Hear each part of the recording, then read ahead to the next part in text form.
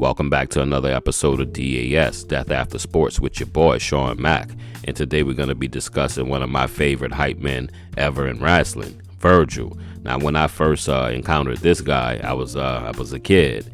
And all I knew him from was walking out with Ted DiBiase, who was my favorite wrestler at the time. And he would be throwing the money and looking all glamorous and all like, he looked like he had it. He looked like he had the women. He looked like he had everything. I wasn't sure if he was a wrestler because I'm a young kid at the time. I wasn't sure what he was, but I found out that he passed away earlier last year. And I wanted to pay my respects and pay homage. So remember, if you like today's content, make sure you share, like, and subscribe to the video. So let's go.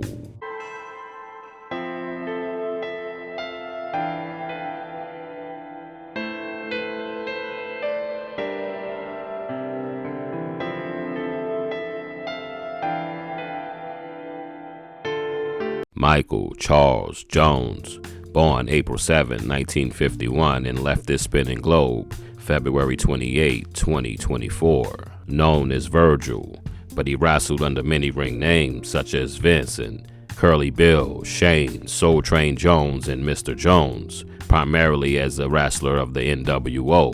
Virgil started wrestling professionally as Soul Train Jones in the Championship Wrestling Association based in Memphis, Tennessee in 1985.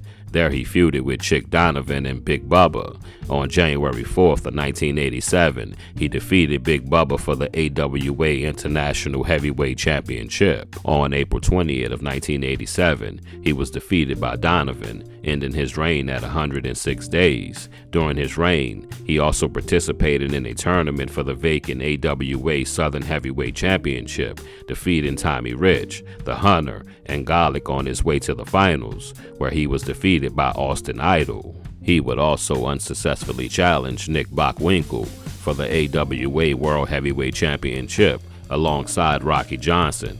He later held the AWA Southern Tag Team Championship for 28 days until they were defeated by Donovan and Jack Hart. From 1987 to 1991, he became Ted DiBiase's bodyguard.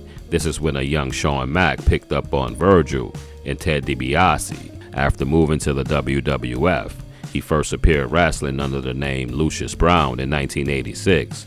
His first WWF match was losing to Mr. Wonderful, Paul Orndorff in Salisbury, Maryland on September 17 of 1986. Jones then went on to debut in the summer of 1987 as Virgil, the bodyguard for the $1 Million Man Ted DiBiase. Virgil carried DiBiase's money that he liked to flaunt, and he was the one who got beaten up while DiBiase escaped the ring. Virgil played a significant secondary role in the WWF main event storyline throughout 1988, including some of the biggest moments in WWF's history, assisting Ted DiBiase and Andre the Giant during the infamous televised main event special on NBC, where Hulk Hogan lost the World Heavyweight Championship after nearly 5 years as a champion, and at the ensuing WrestleMania 6 tournament, in the main event of the inaugural SummerSlam. At SummerSlam 1988, Virgil was in the corner of Andre the Giant and Ted DiBiase as the Mega Bucks,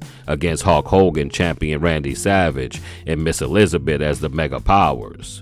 Throughout 1989 to 1991, Virgil would also occasionally wrestle against DiBiase's rivals as a gatekeeper. If DiBiase's opponents could defeat Virgil, they would finally be granted a match with the $1 Million Man. Virgil was humiliated by Ted DiBiase consistently and eventually turned on him, hitting him with his own $1 Million title belt at the Royal Rumble in January of 1991, making Virgil a fan favorite. After befriending and training with Roddy Piper, he defeated DiBiase by count out at WrestleMania 7 and pinned him for Ted DiBiase's unsanctioned $1 Million Championship on August 26 of 1991 at SummerSlam. He lost the $1 Million Championship belt back to DiBiase in 1991 as a result of outside interference by the Repo Man. At Survivor Series in 1991, Virgil was on Roddy Piper's team with Bret Hart and the British Bulldog, losing to Ric Flair, Ted DiBiase, the Warlord, and the Mountie.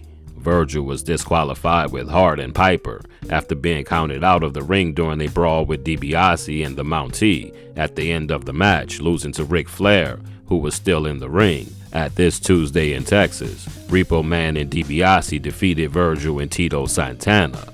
After this Tuesday in Texas, Virgil then departed on his career as a single wrestler and was famous for wearing unusual red candy striped tights. He entered the ring in 1992's Royal Rumble as entrance number 23 and was eliminated by Hacksaw Jim Duggan, lasting 20 minutes and 45 seconds. On the March 22nd edition of Wrestling Challenge, Sid Justice attacked Virgil and broke his nose after Virgil appeared with one of the wrestlers to stop Sid Justice from beating up Dave Wolf after their match. Virgil was forced to wear a protective face mask to protect his nose while wrestling for a few months after the injury. At WrestleMania 8, Virgil teamed with Big Boss Man, Sergeant Slaughter, and Jim Duggan to defeat the Nasty Boys, Brian Knobbs and Jerry Sags, the Repo Man and the Mountie.